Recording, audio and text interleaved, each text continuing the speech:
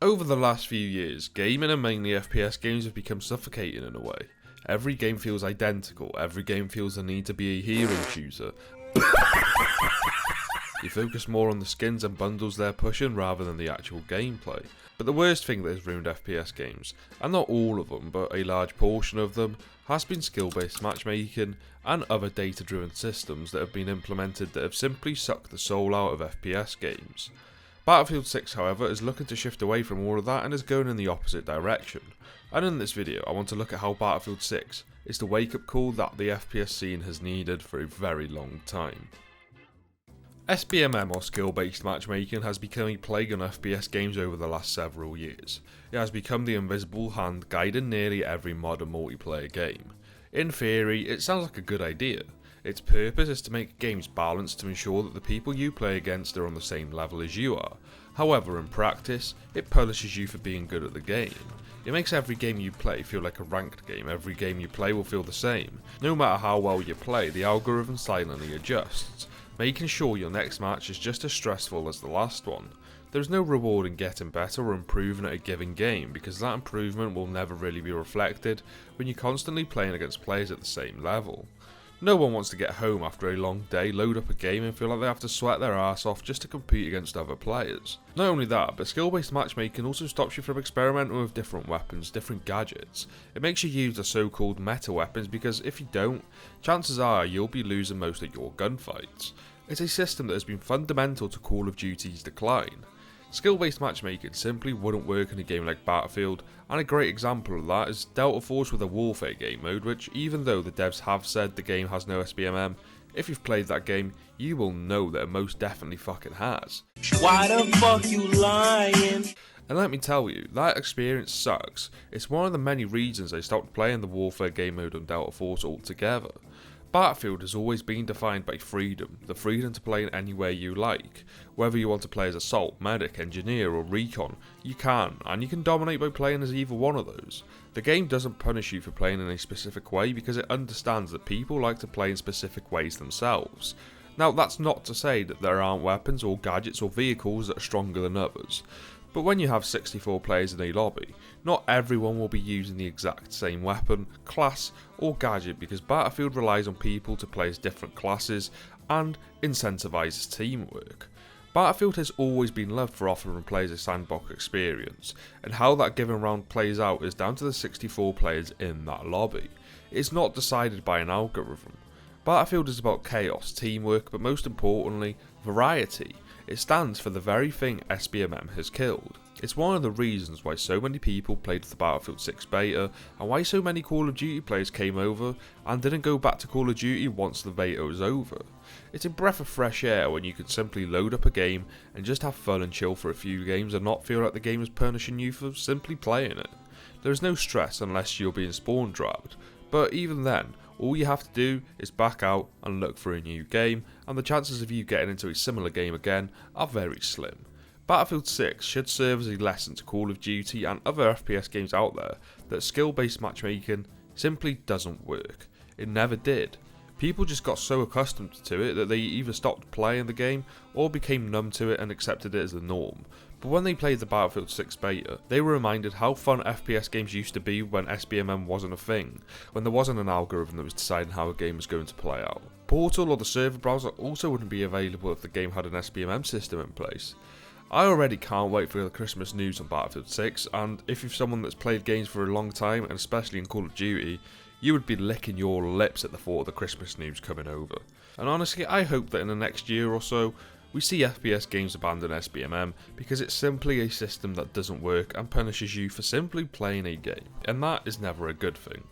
However, it's not only the lack of SBMM that is a major factor in why Battlefield 6 is doing things differently, it's also their approach to skins and cosmetics as a whole. Battlefield 5 was the first Battlefield game that really had a lot of customization options that you could buy. Now, the majority of the skins weren't bad at all, but some of them did raise a few questions on how accurate they were for the World War II setting. Then of course 2042 had a lot of creative freedom thanks to the setting the game was set in. Overall, Battlefield games have always been able to keep their cosmetics relevant to the setting of their respective games in my opinion. Battlefield 6 is looking to continue down that road. The skins we saw in the Battlefield 2042 Free Pass indicated the sort of direction we can expect them to go down. Skins look grounded and are military focused, with a little bit of leeway, rather than the sort of shit you see in Call of Duty or even Rainbow Six Siege at this point.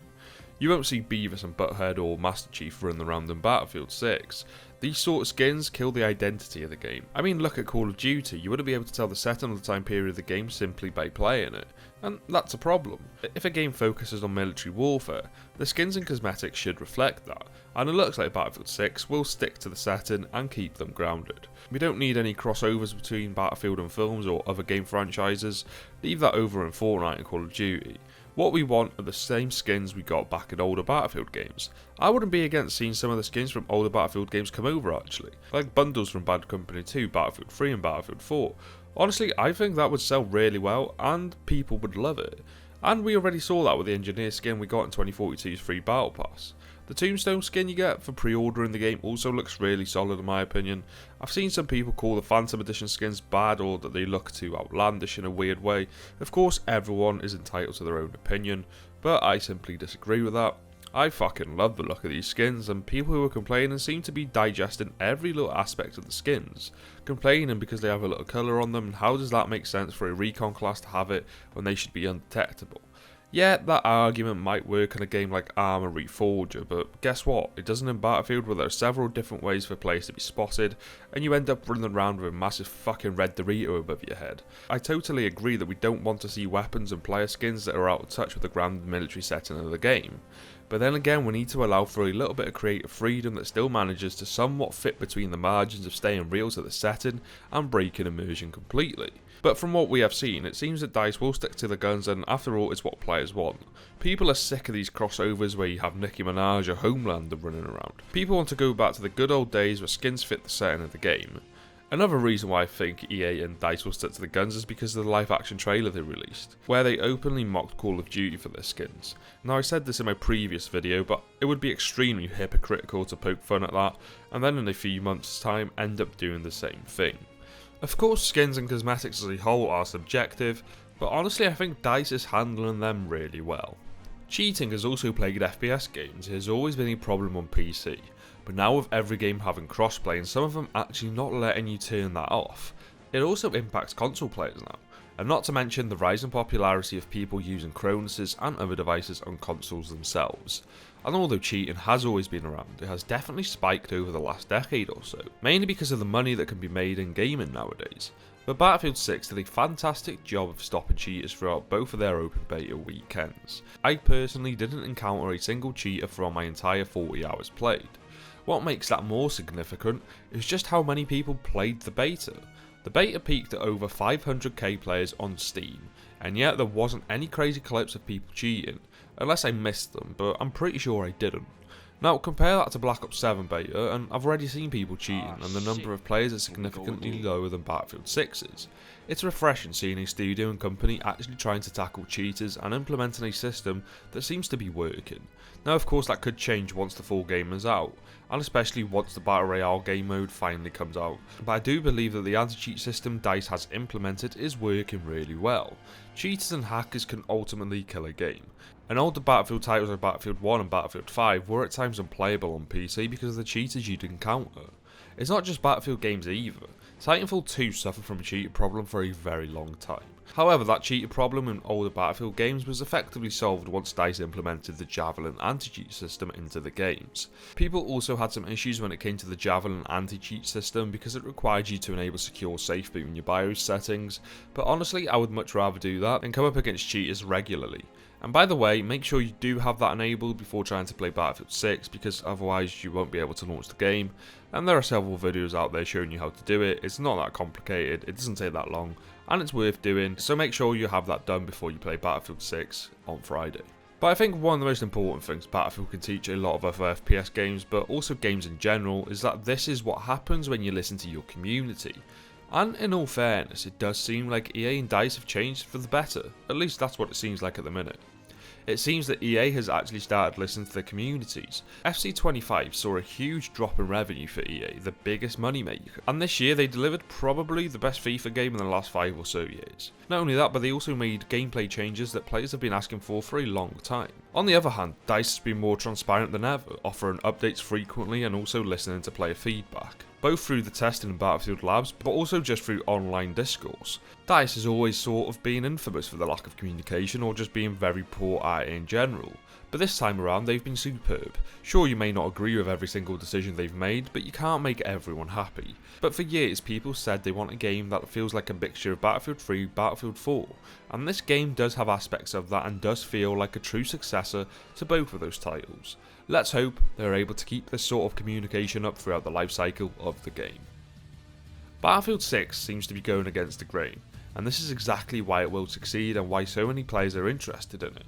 It's the best selling game on Steam with a huge amount of pre-orders already, and that should be a wake-up call for the industry, that listening to players' feedback is essential. Players will happily support your game and pay money for it and cosmetics as long as you don't alienate them from the very franchises they helped you build. People have been craving a casual military shooter for years, and Battlefield 6 looks like it will stop that craving. The game is only a day away now, and I'm super excited to finally be able to jump in and play and make content on it. Hopefully it will have a smooth launch because, as we know, the franchise has got a good track record of having terrible launches. But as it stands, everything is pointing in the right direction. I hope Battlefield 6 could be a wake-up call for many of these studios and publishers, and hopefully the success of this game will teach them a lesson that has been long overdue. Let me know your thoughts about Battlefield 6 and if you're excited for the game or not, and for more Battlefield content make sure to subscribe to the channel, and I'll catch you guys in the next one.